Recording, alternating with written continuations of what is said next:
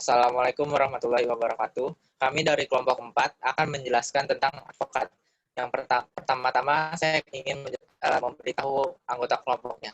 Yang pertama Maria Monica, yang kedua Muhammad Fadil Akram, yang ketiga Muhammad Akbar Harsya, yang keempat Muhammad Azmi Fazah, yang kelima Muhammad Raihan, yang keenam Mutiara Adinda.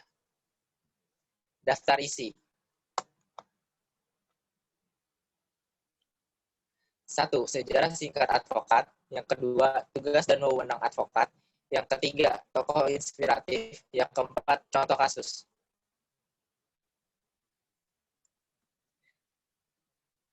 Sejarah advokat.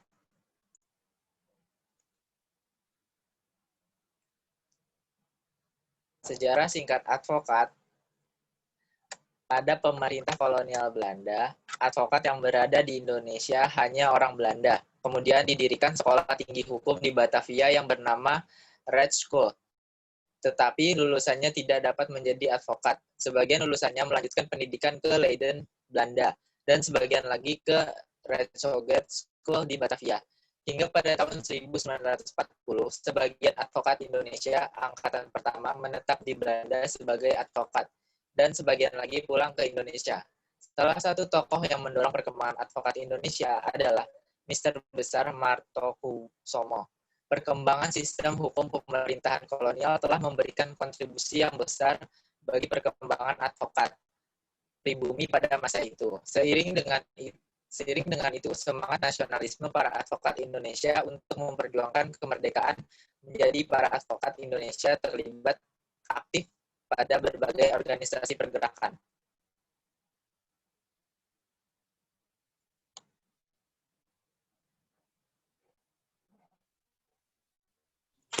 Dalam pembangunan hukum di Indonesia, profesi advokat tidak diatur secara khusus sebagaimana profesi hukum lainnya. Padahal profesi ini sebagai salah satu unsur penegak hukum. Akibatnya menimbulkan berbagai keprihatinan dan kesimpang menyangkut profesi tersebut. Seirama dengan pengerasotnya wibawa hukum atau theory of law dan supremasi hukum, supremacy of law, maka profesi hukum ini juga terbawa arus kemerosotan. Kemudian, keberadaan advokat di Indonesia sebagai salah satu penegak hukum diatur dalam Undang-Undang Nomor 18 Tahun 2003 tentang advokat.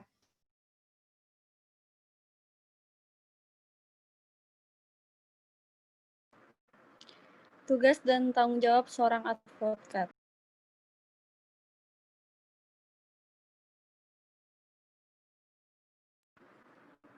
Tugas dan tanggung jawab seorang advokat yang pertama ada mewawancarai seorang klien dan menyediakan mereka dengan nasihat hukum ahli. Yang kedua, menulis sebuah dokumen hukum dan menyiapkan pembelaan tertulis untuk kasus perdata. Yang ketiga, meneliti dan dapat mempersiapkan kasus dan menghadirkan mereka di pengadilan. Yang keempat, penghubung dengan suatu profesional lain seperti pengacara.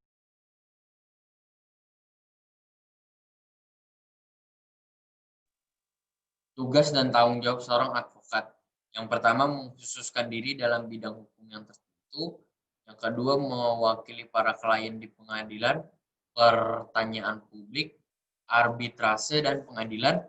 Dan yang ketiga, mempertanyakan seorang saksi melakukan negosiasi.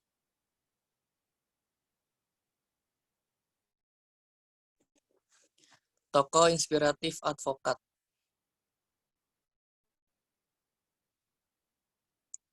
Yang pertama ada Muji Kartika Rahayu. Sosok Muji Kartika Rahayu sebagai pengacara sekaligus aktivis cukup disegani.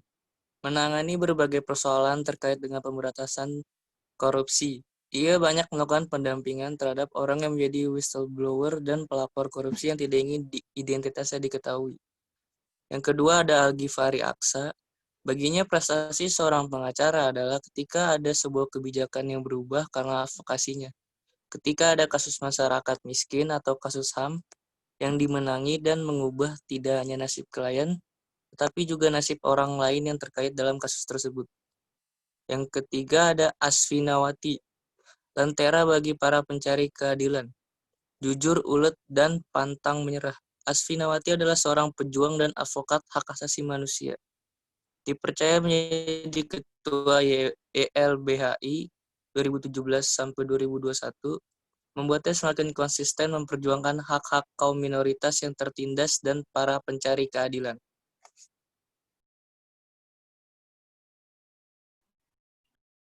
Contoh kasus. Contoh kasus kali ini diambil dari kasus yang ditangani oleh Ibu Muji Kartika Rahayu. Satu pengalaman cukup membekas saat Ibu Muji Kartika Rahayu menangani sebuah perkara yang sedang bersidang di salah satu pengadilan negeri di wilayah Jakarta. Ia membaca ada gelagat yang tidak wajar dari sikap oknum panitera di pengadilan. Benar saja, Kanti dimintai sejumlah uang oleh oknum panitera tersebut. Merasa hal tersebut tidak benar, Kanti melalui teman-teman di LEIP atau Lembaga Kajian dan Advokasi untuk Independensi Peradilan, lantas melaporkan tindakan tersebut ke Badan Pengawas Mahkamah Agung. Tak disangka, laporan Kanti tersebut menjadi pilot proyek Bawas MA untuk melakukan pengawasan secara langsung. Jadi mereka mengirim orang untuk melakukan surveillance. Orang bawah senang banget sampai mengatakan, cari lagi dong mbak pengacara yang kayak kamu, yang kalau dimintai uang lapor ke Bawas.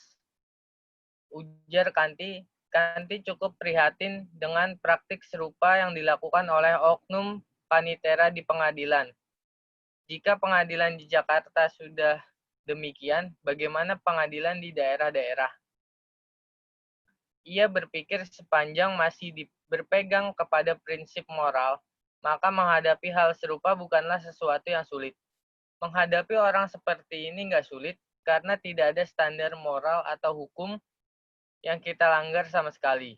Yang sulit itu akan menghadapi manusia yang mentalnya lebih rendah daripada masalahnya. Bagaimana kita mau menyelesaikan kasusnya, sedang dia lebih rendah dari kasusnya. Tegas, peraih gelar MPhil di bidang filsafat hukum STF Driyarkara, Jakarta. Sekian, terima kasih. Sekian dari kelompok 4 tentang advokat. Wassalamualaikum warahmatullahi wabarakatuh.